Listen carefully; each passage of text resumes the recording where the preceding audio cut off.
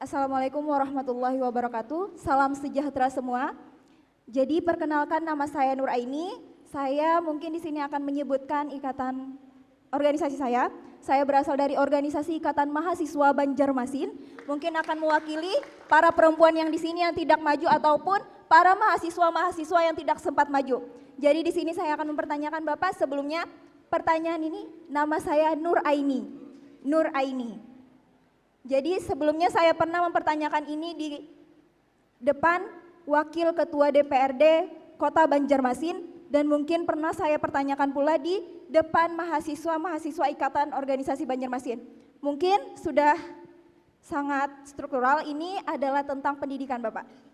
Saya notabene adalah mahasiswa pendidikan khususnya.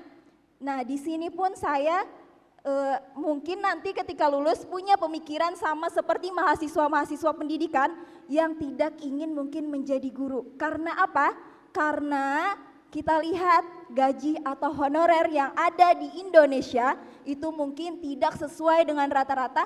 Bahkan ada pula yang mengatakan bahwa pendidikan di Indonesia kita tidak hanya mendidik anak-anaknya, akan tetapi juga mendidik orang tuanya.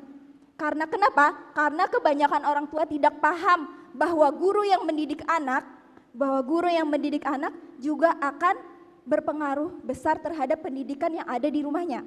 Nah, jadi di sini saya pertanyakan, bagaimana jika Bapak suatu saat atau sekarang pun menjadi orang yang nomor 1 di Indonesia atau presiden, semoga.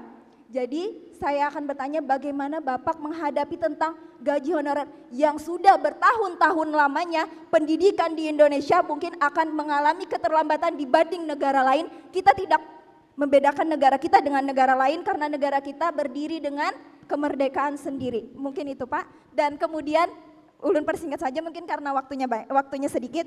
Di sini saya akan menegaskan kembali tentang kebijakan Bapak bagaimana tentang penenggelaman kapal yang telah Ibu Susi lakukan. Apakah akan Bapak lanjutkan atau tidak? Itu mungkin akan dijawab mungkin sesingkat-singkatnya.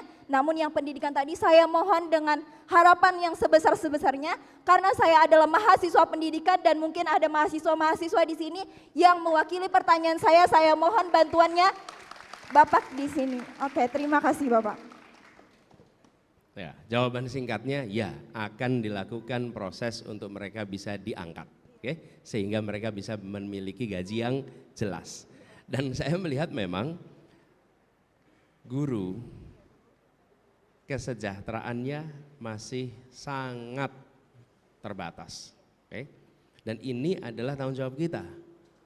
Kami melihat begini, kita bilang Indonesia ingin pendidikan maju, bagaimana kita berharap itu maju kalau kita tidak mau memberikan penghargaan yang layak. Dan penghargaan layak itu apa sih? Supaya guru itu tenang di rumah. Dia tidak perlu mencari sampingan-sampingan. Kenapa? Karena sebagai guru dia bisa konsentrasi mendidik, kebutuhannya terpenuhi. Itu yang tadi saya sampaikan pada Bung Sunir. Bagaimana kita menjelaskan kita punya guru-guru ini tidak diangkat, kenapa? Anggarannya nggak cukup.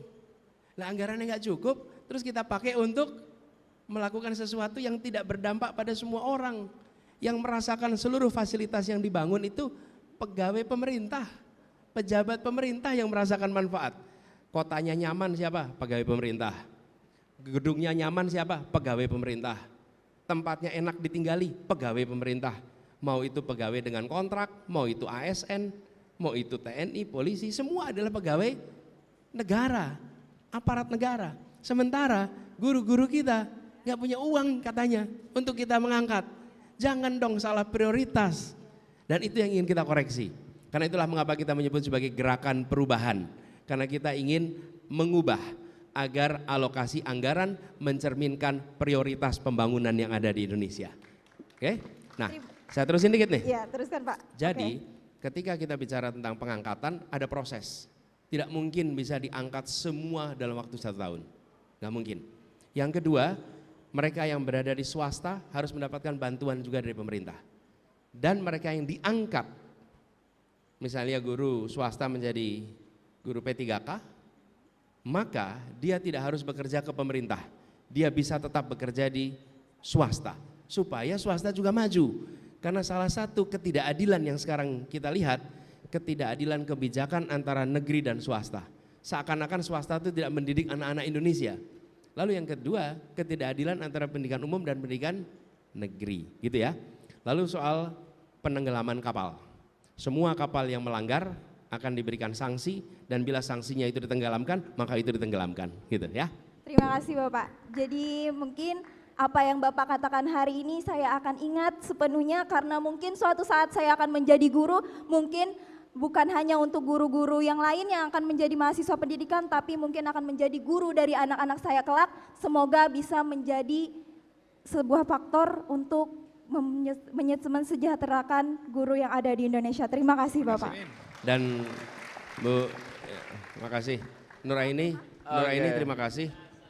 Terima kasih telah berkenan menjadi guru. Iya, terima Karena kasih. hari ini kita membutuhkan lebih banyak lagi pribadi-pribadi terdidik yang mau milih menjadi guru. Itu rute perjuangan. Boleh duduk, Nuraini. Makasih. Oke. Jelajahi cara baru mendapatkan informasi. Download Metro TV Extend sekarang.